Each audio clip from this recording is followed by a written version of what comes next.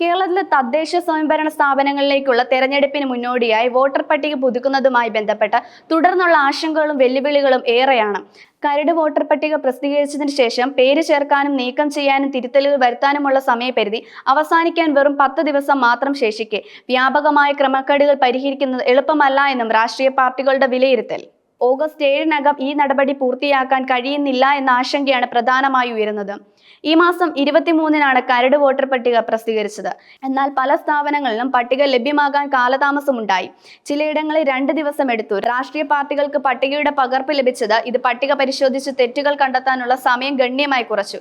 കഴിഞ്ഞ ലോക്സഭാ തെരഞ്ഞെടുപ്പിൽ ഉപയോഗിച്ച വോട്ടർ പട്ടികയിൽ നിന്നും ഏകദേശം 10 ലക്ഷത്തോളം വോട്ടുകൾ തദ്ദേശ സ്ഥാപന വോട്ടർ പട്ടികയിൽ കുറവാണെന്നും ശ്രദ്ധേയമായൊരു പ്രശ്നമാണ് ഇത്. നിരവധി വോട്ടർമാർ പട്ടികയിൽ നിന്നും പുറത്തായിട്ടുണ്ടോ എന്ന് സംശയമുയർത്തുന്നു. സംസ്ഥാന തെരഞ്ഞെടുപ്പ് കമ്മീഷന്റെ വെബ്സൈറ്റ് വഴിയോ വോട്ടർമാരുടെ പേരുകൾ കൂട്ടിച്ചേർക്കേണ്ടതും ആശയങ്ങൾ സമർപ്പിക്കേണ്ടതും. എന്നാൽ സാങ്കേതിക പ്രശ്നങ്ങളും വെബ്സൈറ്റിലെ പ്രവൃത്തിക്ഷമതയുമില്ലായ്മയായ വ്യാപകമായ പരാതികൾക്ക് കാരണമായിട്ടുണ്ട്.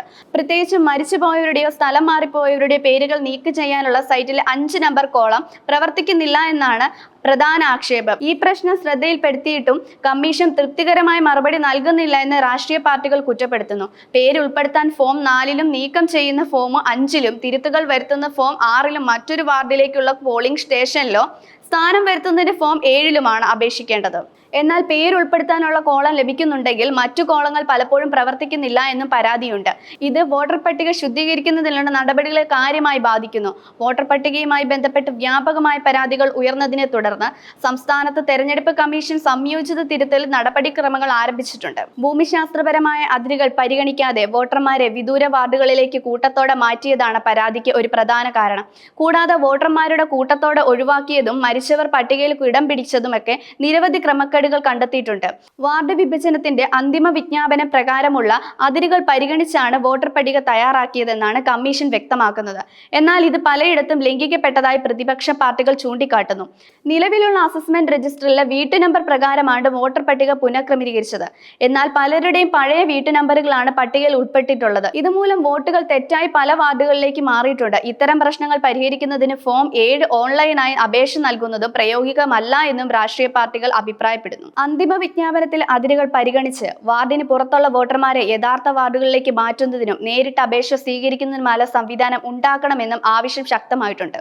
വോട്ടർ പട്ടികയിലെ ക്രമക്കേടുകൾക്കെതിരായ വിവിധ രാഷ്ട്രീയ പാർട്ടികൾ രംഗത്തെത്തിയിട്ടുണ്ട്. തിരുത്തു നടപടികൾ കൈക്കൊണ്ടില്ലെങ്കിൽ കോടതിയെ സമീപിക്കാനാണ് കോൺഗ്രസിന്റെ തീരുമാനം. വോട്ടർ പട്ടികയിൽ പേര് ചേർക്കുന്നതുമായുള്ള സമയം 1 മാസമായി ദീർഘിപ്പിക്കണമെന്നും മുസ്ലിം ലീഗ് ആവശ്യപ്പെട്ടു. കരട് പട്ടിക പ്രസിദ്ധീകരിക്കുന്നതിന് മുമ്പ് തന്നെ ഭരണകക്ഷികൾക്ക് വോട്ടർ പട്ടിക ചോർത്തി നൽകിയെന്ന് ആരോപണം ഉയർന്നിരുന്നു. വോട്ടർ പട്ടിക പുതുക്കലിൽ ബോധപൂർവം വീഴ്ച വരുത്തിയെന്ന് കണ്ടെത്താൻ ഉദ്യോഗസ്ഥർക്കെതിരെ നടപടിയെടുക്കുമെന്ന് സംസ്ഥാന തെരഞ്ഞെടുപ്പ് കമ്മീഷൻ വ്യക്തമാക്കിയിട്ടുണ്ട്.